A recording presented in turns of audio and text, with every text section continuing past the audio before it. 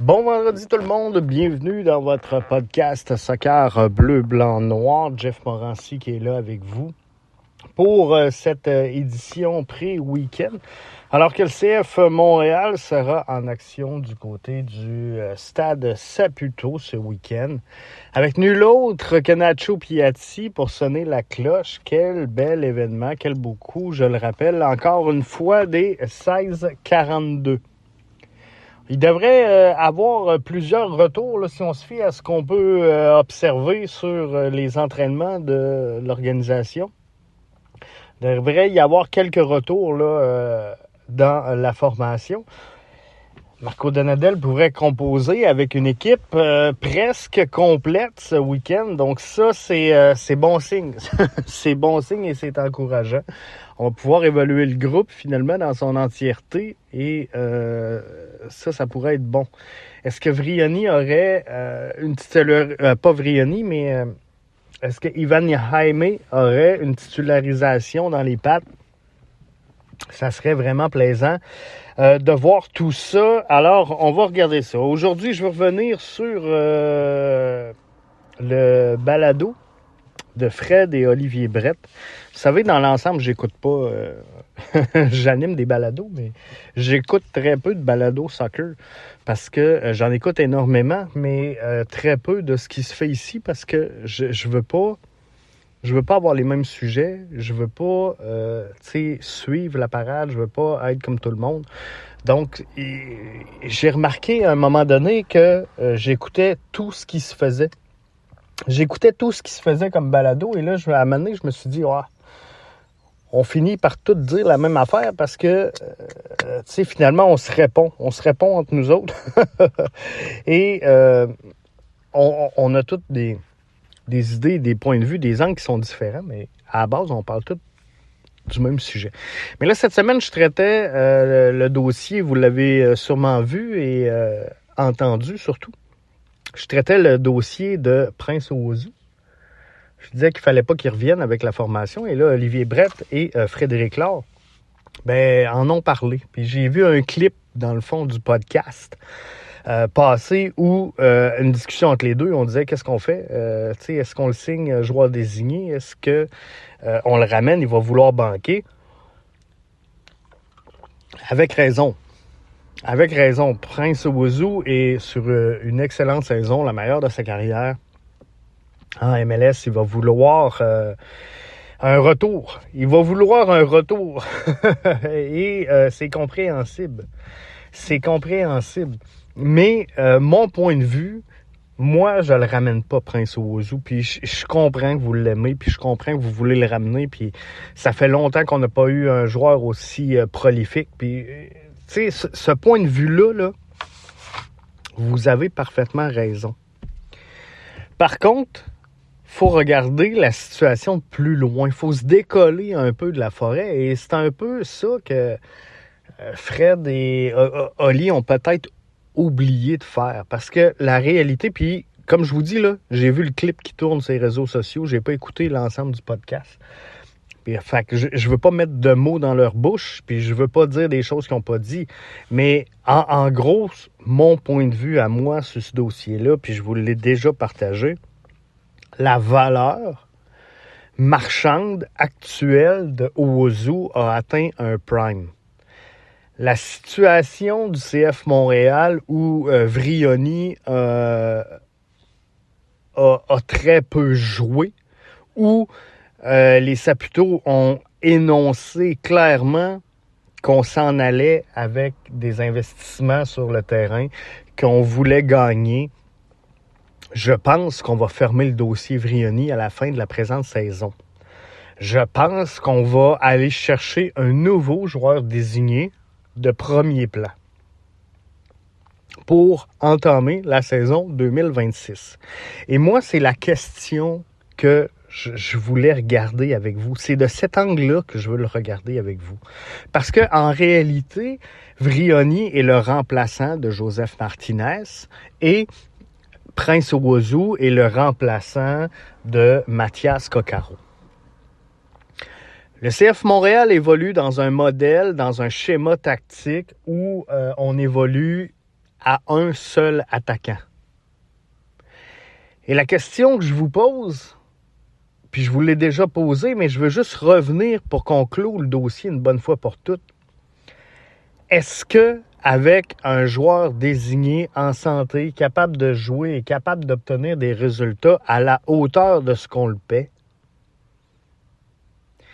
est-ce que Prince Owusu est aussi souvent sur le terrain que ce qu'on a vu cette saison? Est-ce que Prince Owusu, avec un Vrioni en santé qui joue tous les matchs, obtient autant de départs? La réalité, au début de la saison, il a été très long à trouver ses repères, Prince Owusu. Souvenez-vous, hein?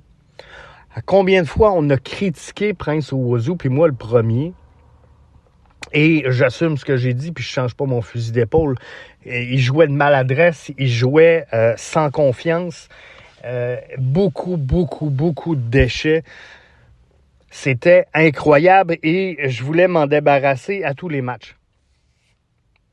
La réalité, c'est qu'on était patient. Puis je vous ai dit, hein, souvent, et pas dans ce cas précis-là, mais je vous ai mentionné souvent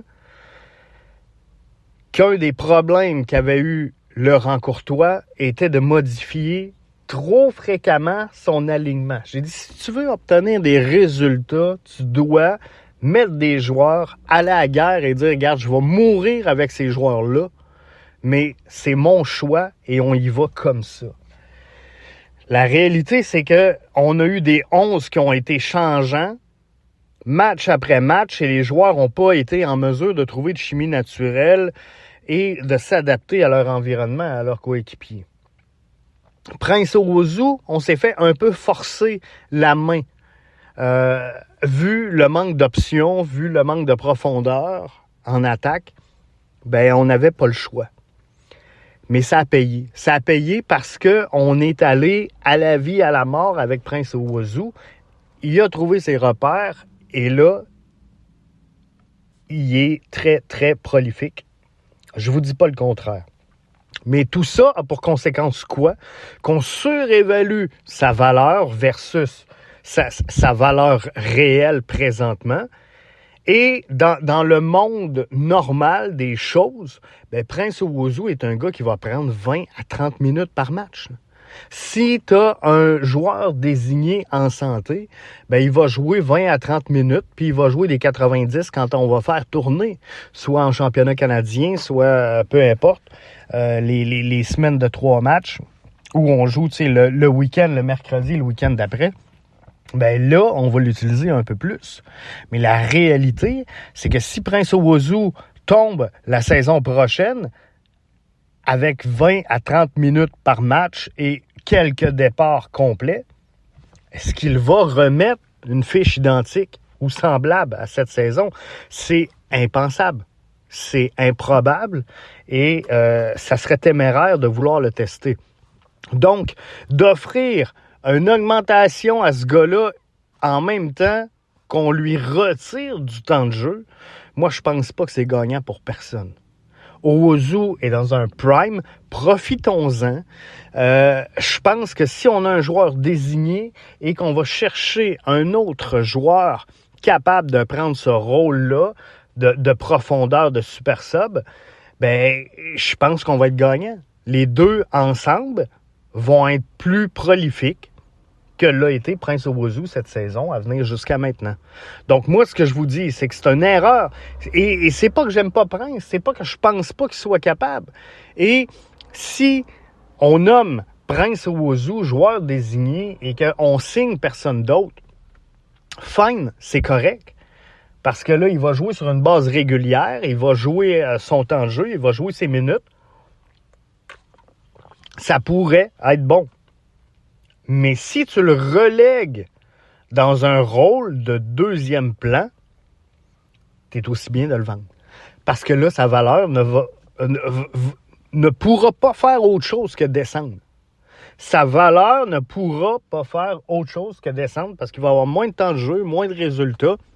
Donc, à la fin de la saison suivante, Prince Owusu ne sera plus sous contrat, va rester une option, mais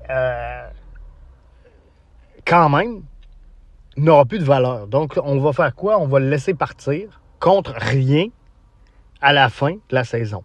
Donc, on est aussi bien de le signer tout de suite. Si on a dans le plan de le mettre joueur désigné.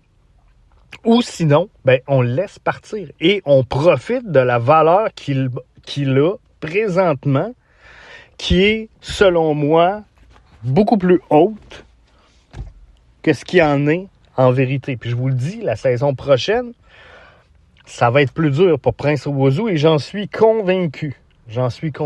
Donc, je l'aime. Est-ce qu'il peut rendre des bons services à l'organisation du bleu-blanc-noir? La réponse est oui.